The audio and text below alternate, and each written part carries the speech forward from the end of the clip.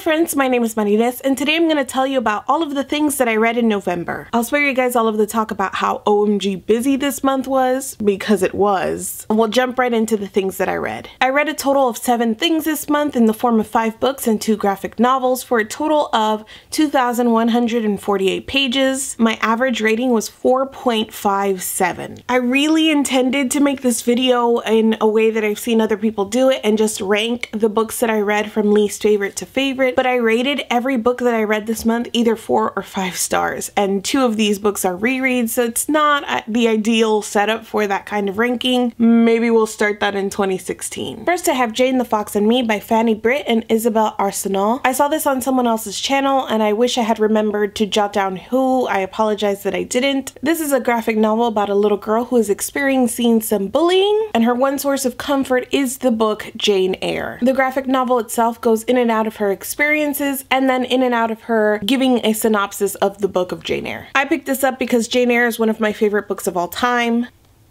and I just felt like this was something that I would enjoy. I was not let down at all. This was such a moving and sweet story, and I feel like if you like Jane Eyre, or if you've ever been bullied before, that you will find something in here that's gonna wiggle its way into your feelings. When the main character is talking about something that has to do with her own life, it's all in these shades of gray. When she's talking about Jane Eyre, it dips into this more rich and colorful world. I don't know if this is gonna make me sound weird or if it's something that people can relate to, but I love books that make such an impression on me that I also remember where I was when I read it, how I was feeling when I read it, and this is one of those books. I read this while I was house sitting and I was snuggled in a guest bed and I was alone and the house was quiet, and I don't know, something about the entire experience of reading this really left a mark on me. I gave this 4 out of 5 stars. Next, I reread Harry Potter and the Chamber of Secrets. After my first go through the series, I probably would have told you that this was my least favorite book. I'm not sure if that's entirely true anymore, but I do know that I have a new appreciation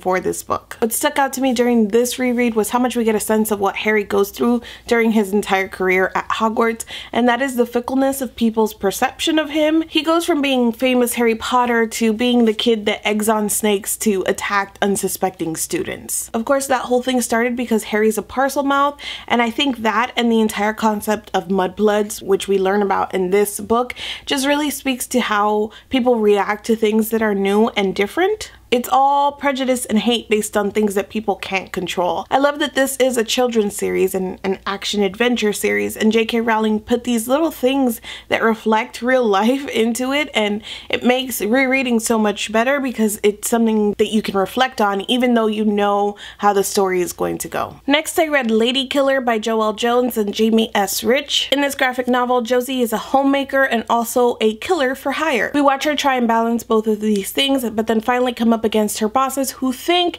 that she is placing too much importance on her husband and kids. I thought that this was witty and fun, and I really like Josie as a character. It's interesting because a lot of times when women are portrayed as strong, they aren't allowed to be feminine, or else that is the only other thing that they are is feminine. There's such a good balance here for the housewife who also plays on the expectations of others to gain access into places, but then kills in really violent and hands-on way. She doesn't use guns. Every time we see her killing someone, it's just very person to person. I really enjoyed the art, and some of the best of it were these like 1950s and 60s inspired ads that Joelle Jones added like a killer twist to. I did think that the story wasn't completely fleshed out and it felt a little bit rushed in places, so I ended up giving this 4 out of 5 stars. Next, I read The Return of the King by J.R.R. Tolkien. You guys know how bad I am at finishing series, and one of the reasons why is that I always get anxious about finishing the series because I'm afraid that it's gonna end in a way that I don't like. I think for that reason, I put off reading this final book, even though I like ran through the first 2, The Fellowship and The Two Towers, but I finally made myself pick it up this month, and I was really satisfied with the ending of this trilogy. It was also quite tragic.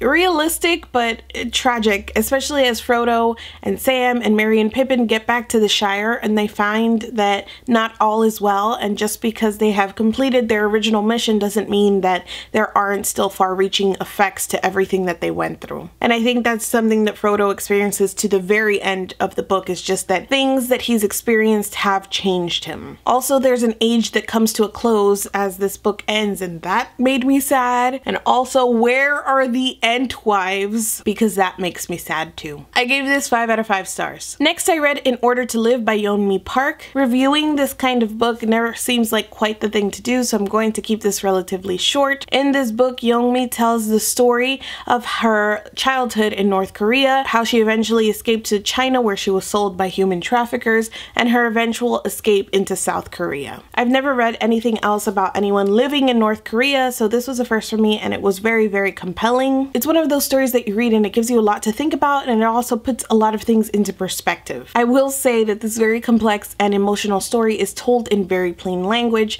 even though in my head I can rationalize why it was told in plain language and who was doing the telling of this story. It still is a thing that as you're reading, you can't help but notice the way that the story is conveyed. Also, it gave the story a sense of detachment, and I feel icky saying this about this story in particular, but just know that a lot of the times as you're reading this, you're held at arm's length, which might be a good thing because it is, again, such an emotional and just tough story that it might need that sense of detachment. So overall, I gave this 4 out of 5 stars. Next, I reread Harry Potter and the Prisoner of Azkaban by J.K. Rowling. In my original read, this was the book where I felt like I finally got the love for the series and for this world. I'll always say that the time turner is one of the biggest pieces of contrivance that happens in the series, but I love it. I love those last few scenes where they're using the time turner, and I think I might even love them more in the movie, which I know is blasphemous, but there you go. If you guys followed me on Twitter, you'll have seen the rants and know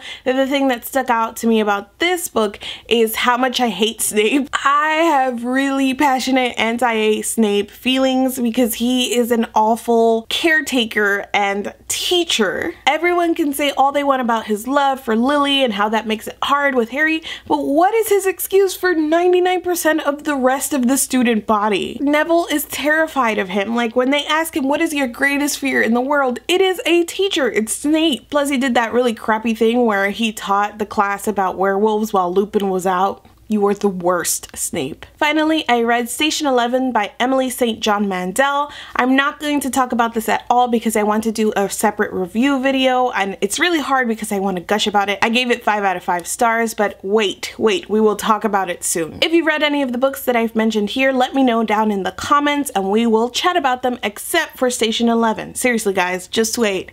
I'll be back with a review. Thank you so much for watching this video, and I will see you guys soon. I love Awen when she was all, you look upon a woman. Woo! I was like, yeah girl, go ahead.